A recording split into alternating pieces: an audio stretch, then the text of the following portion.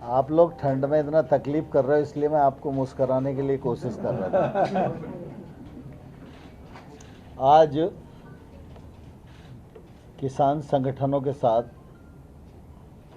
भारत सरकार की 10वें दौर की चर्चा पूर्ण हुई। इस चर्चा में भारत सरकार के मंत्री माननीय श्री पीयूष गोयल जी, माननीय श्री सोम प्रकाश जी, अफसर और किसान यूनियन के नेतागण उपस्थित थे। आज का दिन काफ़ी महत्वपूर्ण है और आंदोलन की दृष्टि से भी उसका महत्व था, क्योंकि आज परम पूज्य गुरु गोविंद सिंह जी का प्रकाश पर्व है और हमारी कोशिश थी कि गुरु गोविंद सिंह जी का स्मरण करके बैठक प्रारंभ हो और आज ही बैठक में कोई न कोई निर्णय हो जाए। किसान यूनियन परंपरागत रूप से अपनी रिपील की मांग पर थी और सरकार खुले मन से, बड़े हृदय से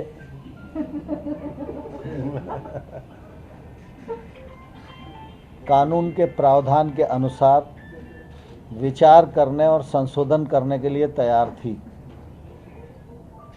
चर्चा सौहार्दपूर्ण वातावरण में संपन्न हुई। सब तरफ से विचार आए और चर्चा नरम और गरम होती रही। कई दौर चर्चा के हुए। जैसा मैंने पूर्व में बताया कि आज का दिन गुरु गोविंद सिंह जी को समर्पित है। इस पावन प्रकाश पर्व पर कोई हल निकल आए, ये सरकार की बहुत तीव्र इच्छा थी और इसलिए हम लोगों ने सरकार की ओर से यूनियन को ये प्रस्ताव दिया कि आपके मन में जो शंकाएं हैं वो समाधिस्थ हो सकें और सरकार खुले मन से इन विषयों पर विचार करने के लिए तैयार है। यह विश्वास आपके मन में जाग पाए। अभी आप सबके ध्यान में है कि सुप्रीम कोर्ट ने कुछ अल्प समय के लिए कृषि सुधार कानूनों को स्थगित किया है। क्रियान्वयन कुछ दिनों तक नहीं हो सकेगा, लेकिन पूर्व में भी और आज भी हमने विस्तार पूर्वक उन्हें कहा कि कानूनों पर विचार करना है और आंदोलन से जुड़े विभिन्न पहलुओं पर विचार करना है, तो निश्चित रूप से समय तो चाहिए और समय चाहिए तो वो समय 6 महीने का भी हो सकता है, 1 साल का भी हो सकता है, 1.5 साल का भी हो सकता है और सरकार 1-1.5 साल तक भी कानून के क्रियान्वयन को स्थगित करने के लिए सहमत है। इस दौरान किसान और सरकार के प्रतिनिधि मिलकर समस्याओं का हल खोजें और जो समाधान हो उस समाधान को आगे बढ़ाया जाए। मुझे प्रसन्नता भी है और गुरु गोविंद सिंह जी के जन्मदिन का यह प्रभाव भी है कि किसान यूनियन ने इसको बहुत गंभीरता से लिया और उन्होंने कहा कि ये प्रस्ताव हम कल अपने यहाँ विचार विमर्श करेंगे और परसों दोपहर में 12 बजे हम लोग दोबारा बैठक में आएंगे और आपको निर्णय से अवगत कराएंगे। मुझे लगता है कि बातचीत सार्थकता की ओर बढ़ रही है और संभावना व्यक्त की जा सकती है कि 22 तारीख को समाधान की ओर हम लोग बढ़ सकें। कमेटी बनाने की भी तो बात है। कमेटी आप लोग कानून को रोक के कमेटी भी तो बनाने की बात है। मैंने आपको कहा ना कि कानून के क्रियान्वयन को स्थगित कर किसान और सरकार के प्रतिनिधि मिलकर विचार विमर्श करके समाधान की ओर बढ़ें।